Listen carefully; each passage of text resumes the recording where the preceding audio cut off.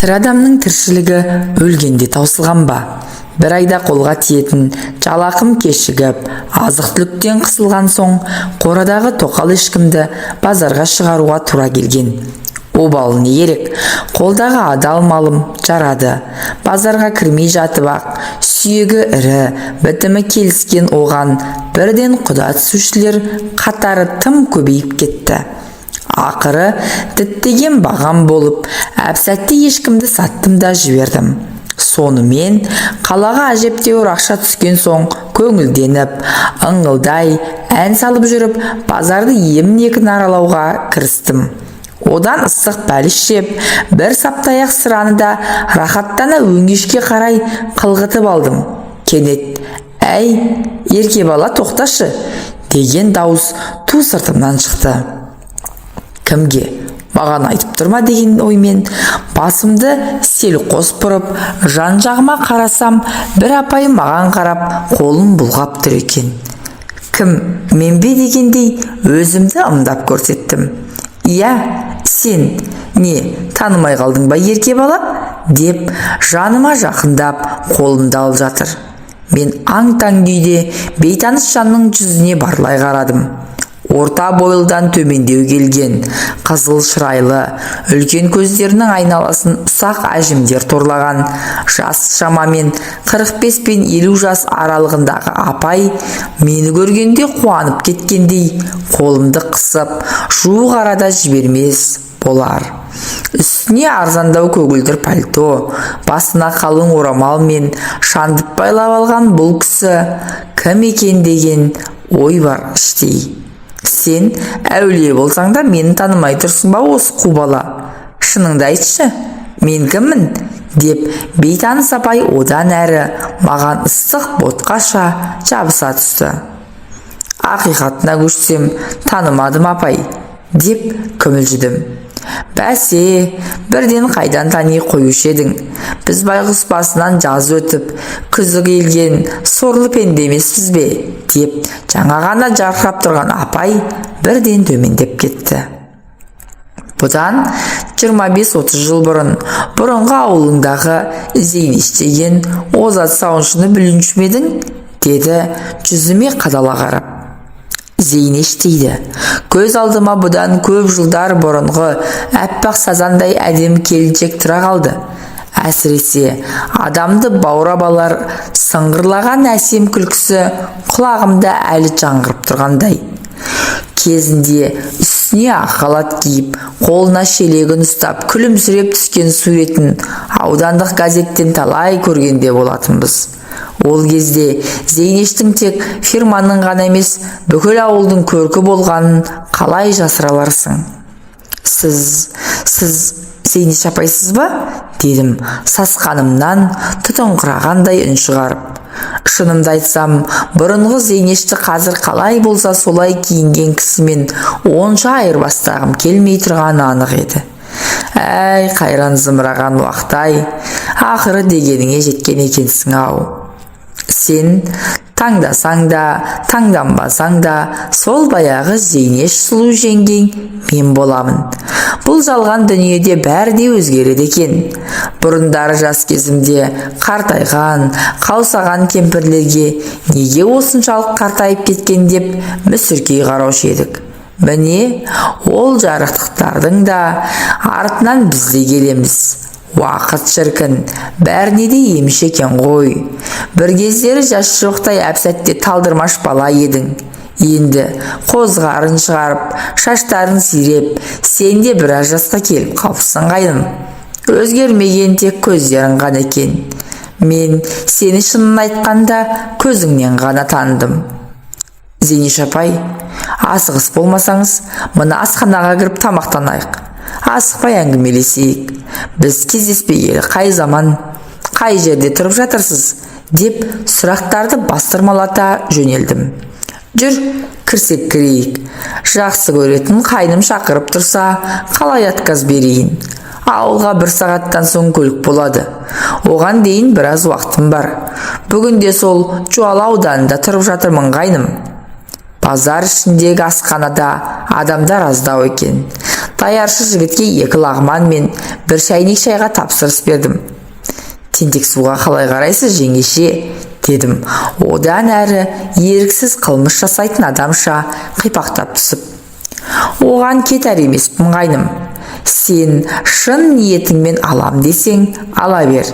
Кейде бұл бәлені түбін түсіре ішіп тастайтын да әдетім бар, деп Зейнеш жеңгей сылқ-сылқ күліп алды.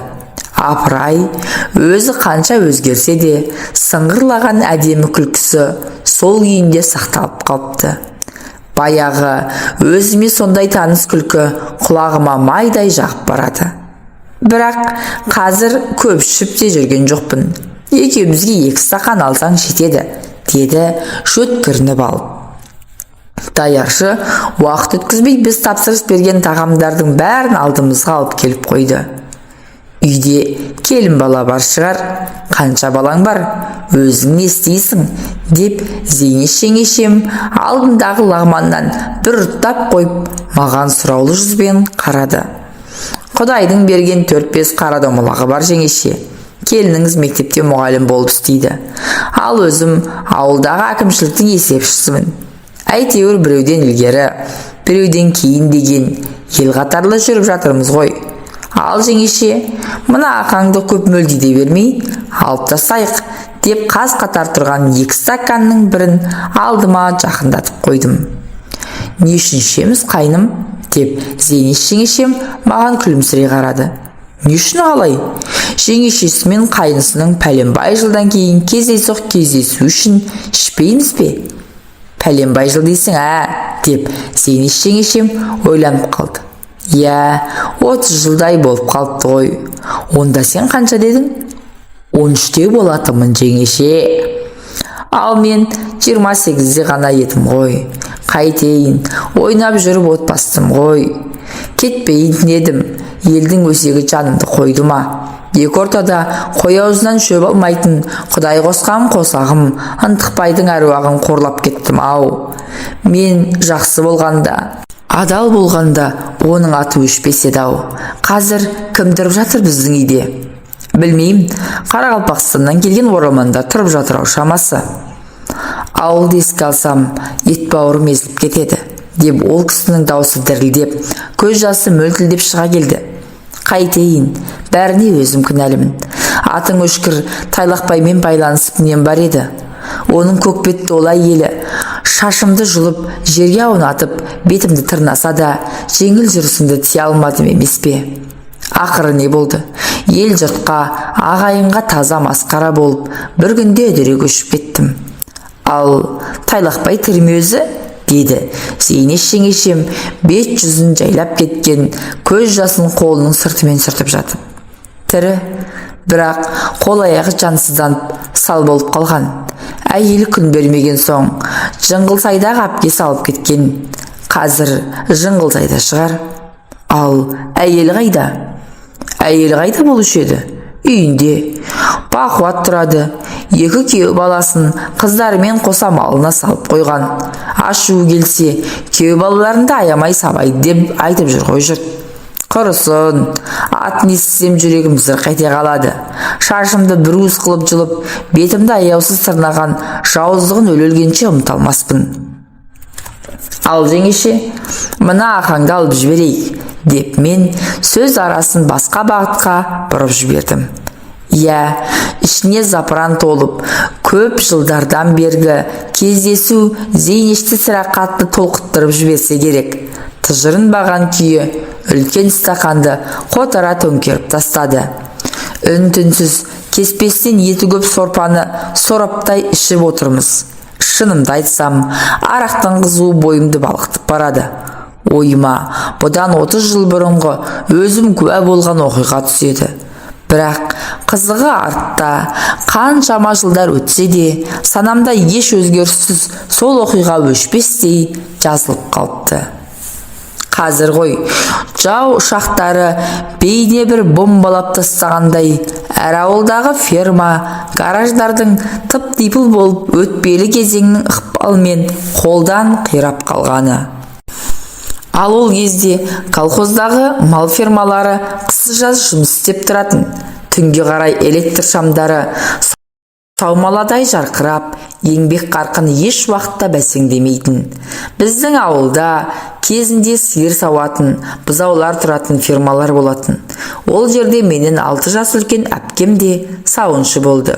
Ол кезде мен 7-ші класста оқитынмын. Қолым сабақтан босағанда фермаға келіп, әпкеме жәрдем беріп тұратынмын. Сиырлардың шөбін салсам, малын шығарам. Ферманың өзі біздің үйден 10 қашық болмайтын. 200 метр жүрсең болды, сарайға адаспай аяқ тірейсің. Зейнеш жеңешейде фермада сауыншы болатын.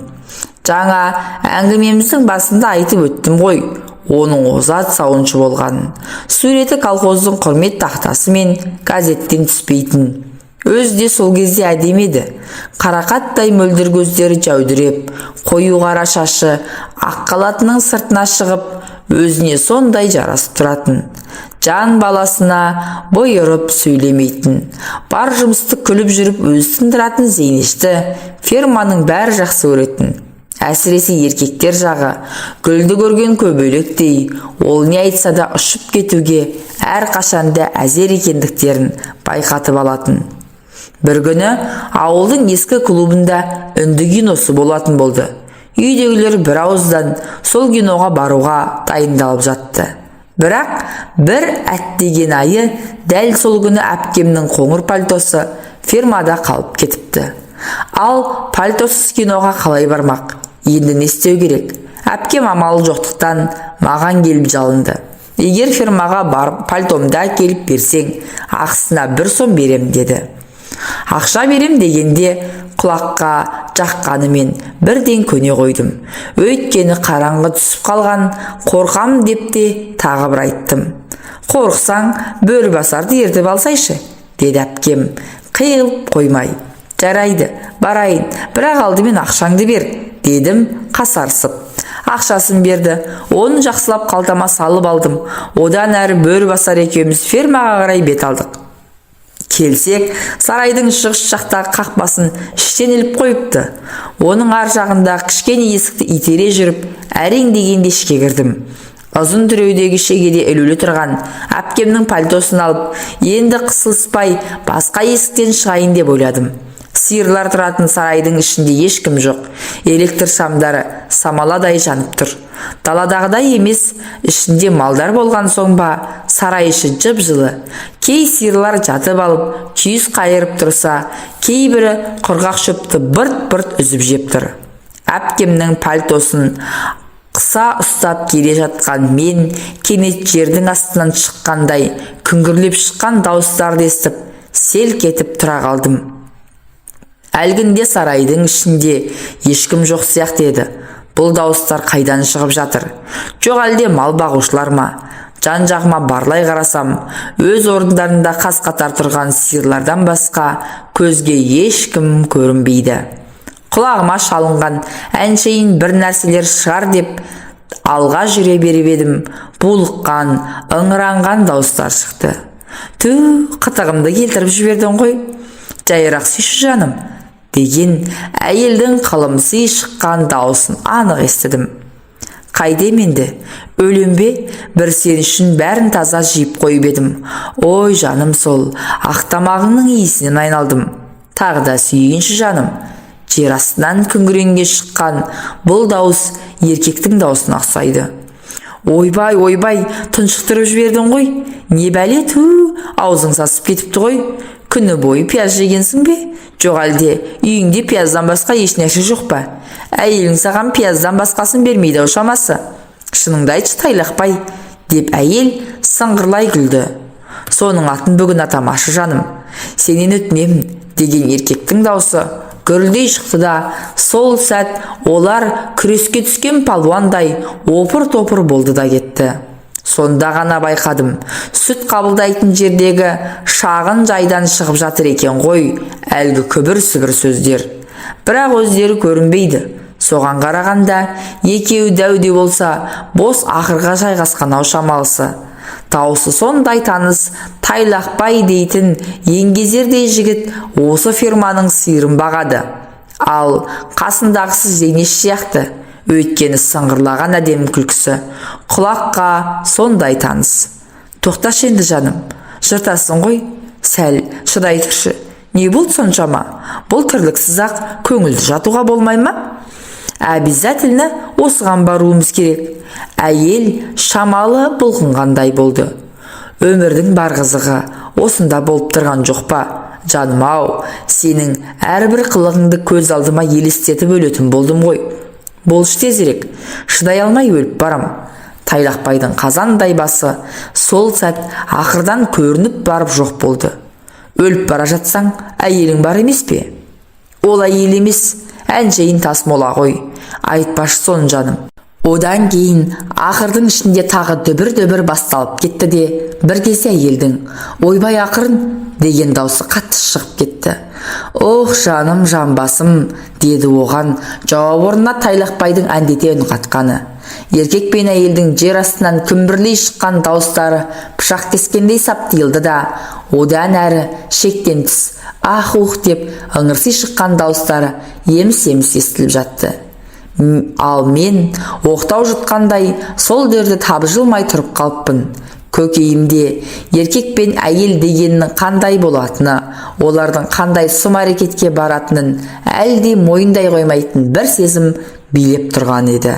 Менің пайымдауымша, өмірге ұрпақ әкелу адал жандар арасында бұлайша болмаса керек еді. Сөйтсем үлкендер жағы адамның аузы бармайтын тағылық әрекеттерге осылай барады екен-ау. Сол кезде 13 жастағы періштедей тұнық менің балғын жүрегімде үлкендерге деген жиренішім бүршіксіз сезім жарып тұрды. Мұндай сұмдықты бұрын көрмеген мен әлгі қарғыс атқан жерден тезірек сытылып шығып кетпек болғам. Қас қағымда аяғым малақ сыртынан кетпенді қағып кетіп, ол шелекке соқтығысып, бір сәтте сарайша азан-қазан болды. Шалбарының ауын асығыс түймелеп жүгіріп келген Тайлақбай мені көріп состиып тұрып қалды. Сасқанынан, неғып жүрсің мұнда нешегім-ау, деп жорта ақырын түкіріне берді. Әпкемнің пальтосы осында қалып кеткен, соны алуға келдім, дедім, жай барақат өзімше еш нәрсе білмеген болып. Әй Тайлақбай, ол кім екен? Деп үсті басын түзеткен болып, Зейнешке жанымызда келді. Қызыл шырайлы, жүзі ерекше қылпырып кеткен оның тамағының 3-4 жерінде қып-қызыл белгі қанталап білініп қалыпты. Қосанары бұлтиып тұратын көйлегінің алдыңғы түймелерінің орны ауысып кеткен. Бірақ оған қарайтын Зейнешпе келіп менің басымнан сипалай бастады. Кім екен десем, өзімнің кішкене қайным екен ғой. Әпкеңнің пальтосын алуға келдің бе? Айналайын сол, деп барынша сыңғырлай күліп, болған оқиғаны білдірмеуге тырысты. Сасқан үйрек артымен сүңгиді дегендей, Тайлақбай қалтасынан ұзақ қармаланып, бүтін 3 сомды алып шықты. Мынаған кәмпит алып же. Бірақ бүгінгі көргеніңді ешкімге айтушы болма. Біле білсең, сен де еркексің, мен де еркекпін. Ал нағыз еркектер бірін-бірі ешқашанда сатпайды.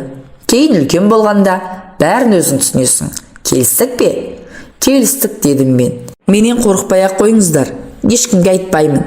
Бірақ мына ақшаларыңызды алмаймын. Маған керек емес. Жоқ, оның болмайды, деп Тайлақбай 3 сомды енің қалтама өз қолымен тықпалады. Сен қай класста оқисың? 7-ші. Онда кітап дәптер сатып аласың. Болмасақ киноға барасың. Жігітке ақша қанша керек болады?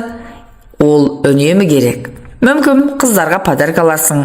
Әзірге осыған қанағат ете тұр. Кейін айлық алғанда Зейнеш апайың да саған бір сыйлығын жасар. Неге жасамайым? Жасайын. Әдемі көйлек сатып алып беремін.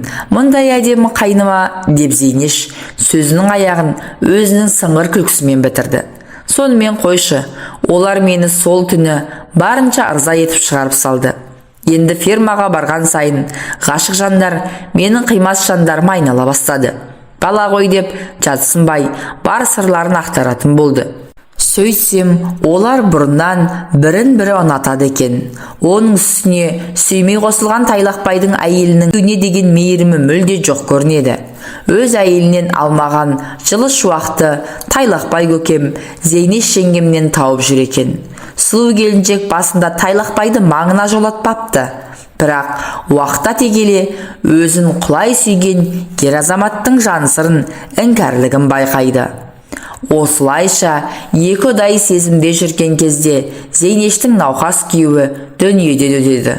Сонымен өмірден талай соққы көріп жүрген сырлас, әрі мұңдас, қос мұңлық бір-біріне иек артады. Кездескен қиындықтарды бірге бөлісуге ұмтылады.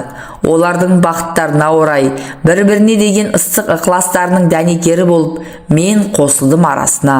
Қос ғашық енді көпшіліктен жасыратын сырларын мен арқылы жеткізгенді шығарды. Екеуінің сағынышты хаттарын, сәлемдемелерін мен тасып жүрдім. Обалы не керек, мен елеусіз еңбегім ескертусіз қалып жатпайтынын білдім. Қалтам ақшаға толып жүрді. Кейінірек екеуінің махаббатының ыстық отына шарпылып жатқандарының үстінен Тайлақбайдың әйелі Пістегіл түсіп қалмай ма? Бұрқ еткізіп, қызғаншақтың қызыл иті басына бірақ шыққан Пістегіл қолына түскен күрекпен күйеуінің желкесінен бірақ ұрған. Оны естен тандыра домалатып күндесіне ұмтылғанда кімге жан беру оңай дейсіз. Зейнеш ышқырына орнынан тұрып ұстатпай кетеді. Одан арғысы тура кинодағыдай болады. Зейнеш жеңгей бір түнде өз төркіні Жуалыға көшіп кетеді.